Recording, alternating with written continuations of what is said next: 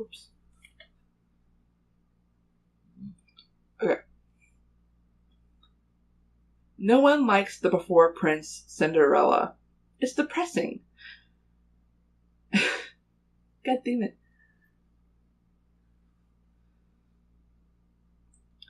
No one likes the before Prince Cinderella. It's depressing. Always having to clean after her stepbrothers, obeying their and her stepmother's orders, and taking beatings when it never deemed necessary. At least her stepniece gave her kindness. This Cinderella didn't know if she could take it anymore. She had to get out of there. What if something happened, though? What if she woke up, finding it all a reality instead of a dream? You are watching Ashlyn's Dream Come True. This is part 6. The last and final video of Ashlyn's Dream Come True. Oh my gosh, guys. I don't know what to do. Strike that. Yes, I do. I haven't done a lyric video in forever. Oh my gosh. I haven't even done a karaoke in forever. I did say I would do those videos throughout the weeks, and I have not done a single one. I am terrible on keeping my word. Anywho, oh my gosh, what are you guys? Are you guys? I don't know what to put into words. It's so surprising that this is the last video for Ashlyn's Dream Come True. I mean, this is really a shocker.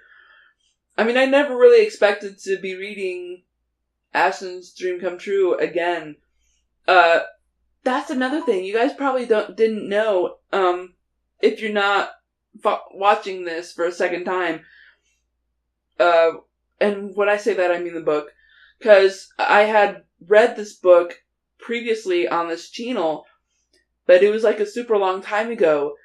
I realized that I've actually changed it quite a bit since then, and I wanted to show you guys what has changed, but what I kept the same. It's just impressive on how well I've done with the book. So let's go ahead and get into what happened in the previous video of Ashlyn's Dream Come True, which was part 5. This is part 6. The last and final video, as I keep saying. Before I bring up the recap of the previous video, I want to remind you guys one final time, really, because next week is Halloween week, and I'm going to be reading tidbits from Not a Family Trait. It is one of the ghost books that I've written.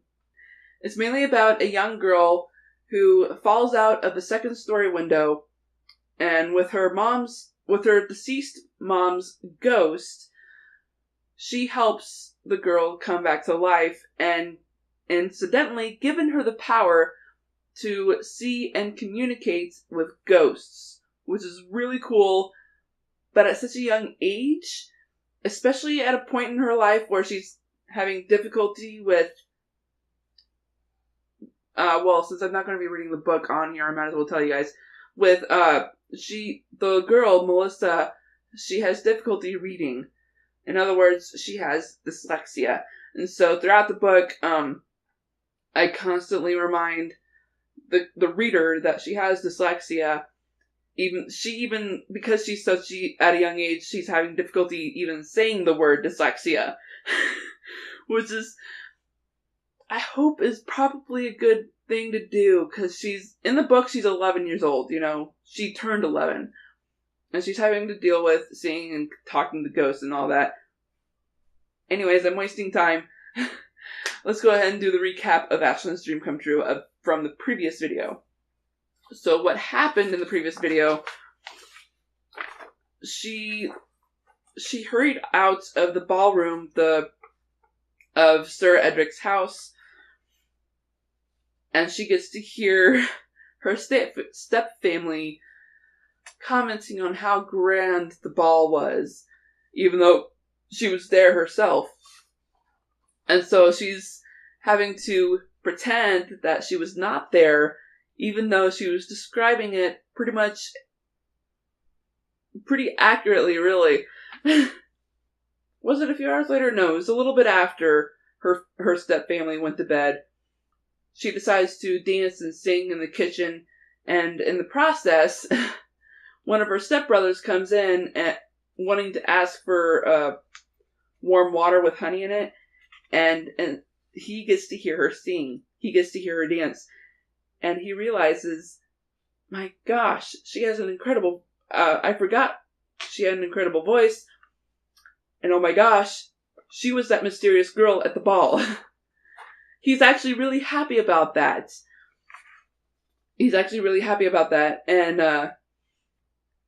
And then we come to the morning. Sir Edric is really having fatigue. Not having fatigue, but he's like frustrated that he can't find this Cinderella, this Ashley. And his mom and dad realize that too. Realizes that he hasn't really eaten or slept or anything like that. And so he finally leaves in excitement and ecstatic because he intends on finding her. He intends on marrying her. Oh my gosh. Even though he's only met her twice? Sir Edric goes to every single house in the city trying to find her because he has one of her shoes, and he finally comes to her house, like the very last house he sees. Cordelia happens to be there. Her stepbrother Cornelius is trying to get her to stay away, but her other stepbrother Sterling is trying to make sure that she is nearby, which is really cool. Which means Ashley has two allies.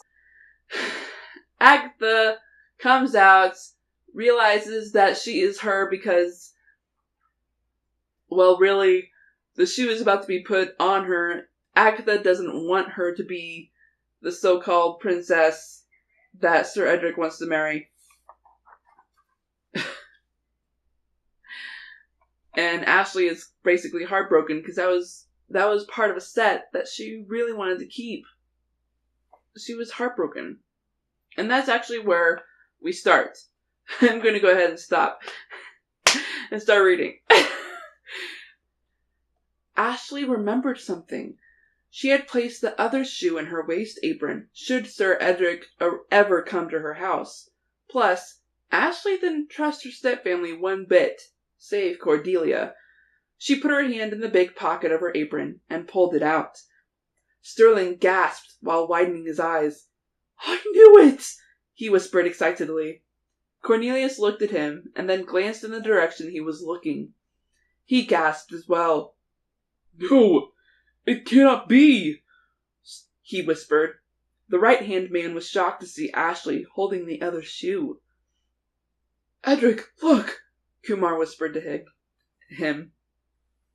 Edric turned toward her. He was pleasantly surprised. He walked up to her as she stood. After taking the dance shoe, the good sire kneeled. Ashley slipped her foot out of her shoe and held it out for him. Edric slipped it on. He smiled at the perfect fit. "No!" Agatha and Cornelius cried. She ran up to them, pushing Ashley to make her fall. She then pulled the shoe off and smashed it with her weight. The dancer cried in pain. Ashley's heart felt heavy and was pounding in her ears. Tears forming in her eyes, she tried reaching for her ankle. "Contain yourself, madam," Sir Edric told the woman, facing her. He came up to his beloved and placed a hand on her face. "Are you well?" he whispered. She shook her head. "What hurts?" "My ankle. I hurt it the night of the ball," she whispered in pain. He looked her in the eyes dearly and kissed her lovely lips. Their love and passion slightly decreased the pain in her ankle. The young woman was still sleeping. She groaned and turned to her side. It stayed quiet but for a second. She groaned again before murmuring. Ashlyn tossed and turned. "Stop," she muttered. "Why'd you do that?" She tossed again. "No, no, no!" Ashlyn yelled and sat up. Her eyes were wide. She glanced around as she panted. "Ashlyn, get out of bed!" her mom cried. "You're gonna be late!" She groaned and pulled the blanket off her. She turned to look at her clock. Ashlyn stifled a cry, as she really was going to be late. She gasped before jumping out of bed. As she rushed to her closet, she was favoring her left leg. Ashlyn stopped when she realized that. She sat down. After she carefully checked her right ankle, her eyes widened in shock. "Oh my gosh! How did this happen?" Her ankle had swelled up the size of an egg. The dream must have joined her to reality, if that was possible. "Ashlyn?" Nikki cried. Ashlyn sighed. After she dressed, she went to the bathroom to wrap her ankle. She shook her head in frustration. "Now I know I'm going to be late." Within minutes she was downstairs getting a quick snack. "Where's Neil?" she asked, grabbing a granola bar and a glass. "I don't know," her mom called. Nikki then entered the kitchen. "Ashlyn, what are you still doing here?" "Hey, Nikki, where's Neil?" "Oh, Dad's probably working on a paper as usual. He's real dedicated, you know." "Forget the milk and head out. Your shift starts in 10 minutes. "Oh, all right. I'll see you later," she called out, heading out the door. She then remembered something and came back to the kitchen. "Oh, and tell our head of house that I should get my paycheck this week. I don't want her kicking me out of the house again." Nikki giggled. "Sure, I'll tell Grandma you said that." Ashlyn arrived at the cafe 10 minutes late. She grabbed a spare apron hanging on a hook, folded it in half, and wrapped it around her waist. "You're late, Ashlyn." She looked up at him. "Sorry, Petrash. I had that dream again." He grabbed some dishes and walked around her as he spoke. "Seriously? Come on, that dream has got to go." She chuckled as she walked to the cash register. "I have a feeling it stopped. It completed last night." The next second, the door to the cafe opened as a bell jingled. "Table 4!" a woman called from the back, placing a dish on the back counter. Ashlyn took the dish to that table. "Yes, get this customer taken care of. And for Pete's sake, stop thinking about the dream," Petrash called out as he went to the back of his cafe. She chuckled. With a limp, she headed to the table where the recent customer sat down. She heard him humming a familiar tune. It never occurred to her why. He was actually humming Perfect Night when the two claimed matching thoughts. "Hello, welcome to Holtz & Bolt's Cafe. What would you like?" she asked with a smile. She looked at the customer as he gazed back. Along with dreamy hazel eyes, she saw he had close-cut brown hair. He stopped humming when he noticed her limp. "Are you all right? What's wrong with your foot?" "Oh, it's a long story. And honestly, I don't even remember when my ankle got hurt." Derek made a face. "Does it hurt?" She nodded with a wince. "I have to deal with it, though. I have a pretty long shift." She cleared her throat. "And with that, what would you like for breakfast today?" He grabbed the menu from the side of his table and glimpsed it over. I'll have an omelet with just cheese and olives, and I'll take a glass of orange juice." She wrote that down as he observed her. Before she turned to leave, Derek spoke. "You look familiar. Have we met?" Ashlyn looked him over once more. "I don't think so. What's your name?" "My name's Derek. What's yours?" He saw her giving a small smile. "I'm Ashlyn." It was quiet for a moment. I'd, better get back to work. Wait. Ashlyn gave him a curious look. I'm not the nosy type, but what that guy said got me curious. He told you to stop thinking about the dream? He noticed the change in her immediately. She bit her lower lip as she shifted her feet uncomfortably. What have you been dreaming lately? She hesitated. She glanced at the order turner. I honestly don't know what that thing is called, but that's what I'm calling it. You don't have to tell me. I'm just curious is all. Ashlyn smiled at his honesty and sat down. Uh-oh. Maybe you can help me figure it out. Ashlyn thought aloud. I've had this dream for about 2 weeks. At first it was just snippets. Last week I started dreaming up until a certain point. And last night, I was actually able to finish it. What is it about? It's about a girl around my age. She's this poor girl living with her stepfamily, a mother, 2 brothers, and a niece. She paused for a moment. Well, that's odd, she thought. She's almost like me. Go on. She had to live with them since she was young, and they would always treat her harsh. Except her niece. She was really nice to her. One day, a young man almost trampled her with his horse. They conversed for a while. He's a friendly guy. A week later, there was a ball. A really fancy dance. Her stepbrothers were arguing. Long story short, she got punished for obeying a silly order. She explained while waving her hands in different ways. Her stepmother told her she had all night to get stuff done, preventing her from going to the ball. Later on, though, this old lady stopped by asking for help. She ended up showing the girl a beautiful mauve-colored dress. It was pretty sparkly. When she got to the ball, she immediately saw the man who almost trampled her and realized he was the host. Ashlyn was about to continue, but then she noticed Derek narrowing his brows. She gave a curious expression. What? What's the guy's name? Her eyes widened in startle. What's his name? His name is Edric. Why do you want to know? Her brows narrowed when his widened with shock.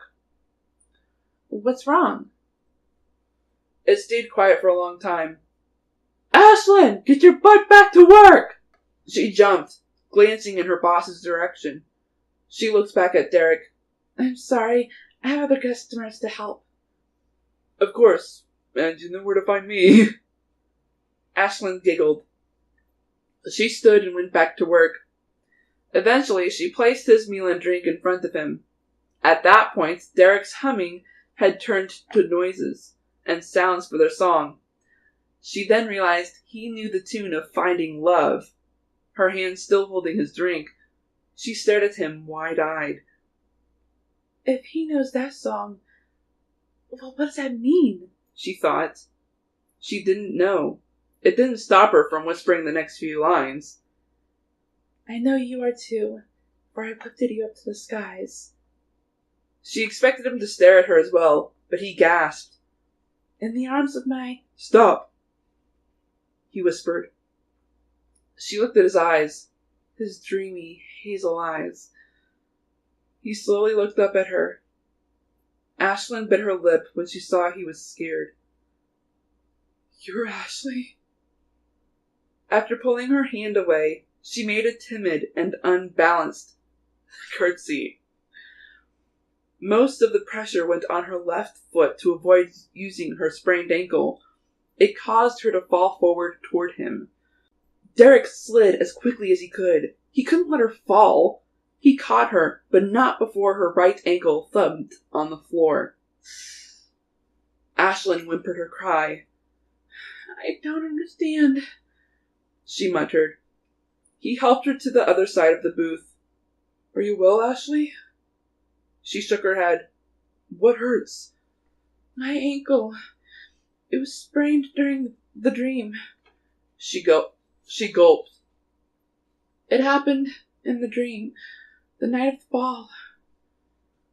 Derek put her hurt ankle on his booth bench. He knew it shouldn't be under the table, but it had to be elevated. The young man looked her in the eyes. He moved closer to her, their faces only 12 inches apart. Ashlyn held in a breath as she waited for the kiss she had dreamed. Instead of doing so, he loosened her apron. Her eyes widened in shock to see him taking her apron. What? You shouldn't be working with an ankle like that. I have to work, Edric, she whispered. She watched him chuckle. It's Derek. In this world, at least. He walked up to the counter. One of Petrash's employees gave him a questioning look. Could I get a bag of ice, please? Are you all right, sir? The woman asked. One of your coworkers injured herself last night. She needs ice. He hesitated for a moment. And I'd like to work her shift. Petrash heard his request and looked up after setting an order from the kitchen. Are you talking about Ashlyn? The manager asked. Derek glanced his way. He nodded. As he thought, Petrash sighed. Trax, get in the back. I'm gonna fetch the first aid kit. Young man, I hope you're a quick learner. Derek, and yes I am. He tied the apron behind his back as he turned to Ashlyn. He smiled before opening his mouth. I heard everything, she said with a smile. Thank you, Derek. I believe you saved my life. And my job. She reached him to place a hand on his. He kissed the back of her hand. Ashlyn blushed. You didn't have to do that, she whispered. He leaned closer to kiss her neck. She suddenly shivered and goosebumps crawled her arms. Edric. My dear Ashley, would you go on a date with me? He whispered softly. His whispering words reached her ear. She didn't think she could shiver more than before. Yes, my good sire, I would love to, she finally muttered. Their lips touched in an embracing kiss. Their lips lined up perfectly, claiming their destiny. Never did a kiss express so much love, and this one set their hearts free. All those who saw them did not think twice. They looked perfect together. The end. Whew! Alright, everyone, that is it for Ashlyn's Dream Come True. Beautiful book. Beautiful ending. I can't help but have stereotypical happy endings. Seriously, guys, that's what normally happens with at least half my books.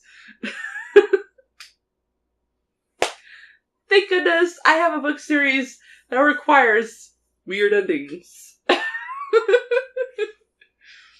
And that, I seriously have no idea if I'm going to be reading on my on my YouTube channel, sorry. But, what do you guys think of the book? Do I need to change anything? Because I still think I need a more character depth for Agatha, the stepmother. In fact, I should probably have more character development for Ashlyn's brothers. Because they're hardly ever in there. I don't know. Maybe I should say her brothers died or something, because I don't know. Because they were never brought up at the ending of the book. It's a beautiful book, and I think I did a really great job. I don't think I did very good job when it comes to character development for certain characters. I could really use some help on that. And if any of you have any ideas or any suggestions, that would be awesome. Comment down below. I don't know what I'm going to be doing for the next book. At least for the alternating books that I have been doing, with the Rat Prophecy and this book. But now that Ashlyn's Dream Come True is over, I don't know, I think I might go back to doing the lyric videos and the karaokes that I should have been doing in the spare time I've had, but I didn't. Maybe I should probably go ahead and get back to that instead of doing alternating books like I have been. Craziness. Craziness. Oh! Actually, you know what? I should probably start doing more Vines. I have not been using my Vine accounts at all these past few weeks, these past few months. I need to get back to working on that. Of course, I think it's because I don't know what to do. I've been mainly using Vine to promote my radio show. I should probably try to use it to promote both my YouTube channels. Oh my gosh, that is bloody brilliant. I should be doing that. I'm terrible. Oh, that's what I should be doing! Oh, snap! I think I know how to do that too! 'Cause I keep seeing, here's the thing about Vine. I think people know more behind the scenes stuff than I do. 'Cause I'm seeing these awesome edited videos just for 6 seconds. It's incredible. I don't know how these people do it. Especially since Vine is mainly for phones and iPods and stuff. What? Like, how are they doing all this editing stuff? And I'm realizing they're probably getting it on an actual camera, editing it on their computer, and then sending it to their phone. Which is probably what I should have been doing this whole time. I'm an idiot. So now that I think now that I know that, I'll probably start doing that more often on my Vine. I'm actually really excited about this. Oh, I know what to do! I know what to do! Yes! Ha ha ha! Ha ha! Ha ha! Sorry. Where have I heard that from? Oh, that's right, one of the Barbie films. It was, A Fairy Secrets, I think it's called. Guys, I'm obsessed with Barbie. I've been trying to get, like, the latest Barbie films, actually. I'm not getting into that, because that's a whole nother discussion, and I think I'm getting pretty close to the ending of this video already, so I think I'm gonna go ahead and say goodbye. Oh. Look at this. I finally have polo shirts for Special Olympics. Yay me! Oh my gosh! I don't know if I told you guys, but I'm a mimic. No, not a mimic. Imitator? Impressionist? I don't know what the word is. But I know it's not mimic. I know it's not a mimic. Mainly because I played, which one was it? Not the Shattered Medallion. The Labyrinth of Lies. The Nancy Drew game Labyrinth of Lies. You guys need to play that game. It's amazing. It's set in Greece. Oh, amazing. Her Interactive has been making incredible games lately. And it's taking them years to get the new one to come out, because the new one they're using the Unity, the Unity engine. That's what it is, the Unity engine. Oh my gosh, that game is going to be amazing. At least I think. I don't know. They're using a new actress for Nancy Drew, by the way, which is really frustrating. Anyways, I think I'm talking enough. My time limit on this particular part of the video is saying completely off. So, I hope you all have a great morning, afternoon, evening, or night, wherever you are in the world. I am Sweet Rascally Rabbit, saying goodbye. I am signing out. Bye, everyone.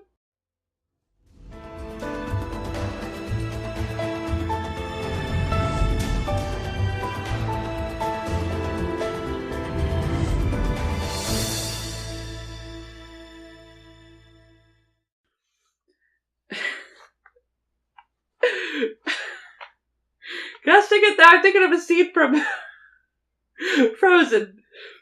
You cannot marry someone you've met in one day. Alright. Oh. Craziness. Craziness. I'm going out to my mind.